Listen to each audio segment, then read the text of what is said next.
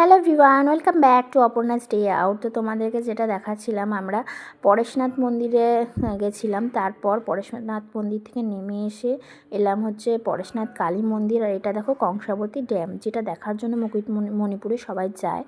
আর তারপরে আমাদের খিদে পেয়ে গেছিলো, আমরা লাঞ্চ করলাম ওখান থেকে। তারপরে চলে এলাম হোটেলের দিকে। আর হোটেলের পাশেই এসে দেখি এখানে গুড় তৈরি হয়। অ্যাকচুয়ালি মর্নিংয়ে গুড় তৈরি হয়েছে, তারপরে ওরা সুন্দর করে সাজিয়ে রেখেছে।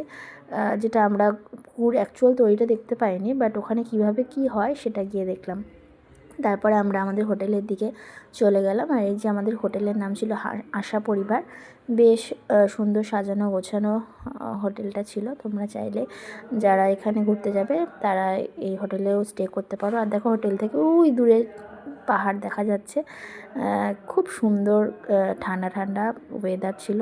বিকেলবেলায় আবার কুশলের খিদে পেয়ে গেছিলো, কুশল আবার একটা রোল খেয়ে নিল। আর এই যে দেখো আমাদের রুম ছিল।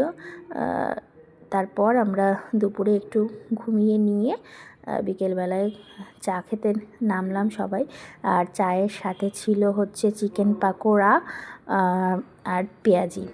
তো চা খেতে খেতে আমরা একটুখানি কেউ গান করছিল, কেউ ডান্স করছিল। তো এই দেখো আমি আর তন্ময়দা গান গাইছিলাম।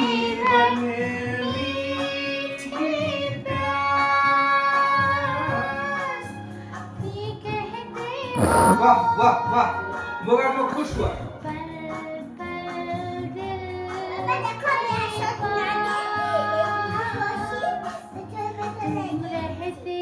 আর এদিকে আমাদের পটলু কুমারী ডান্স করছে, ওর জন্য আইগিরি নন্দিনী চালাতে হবে।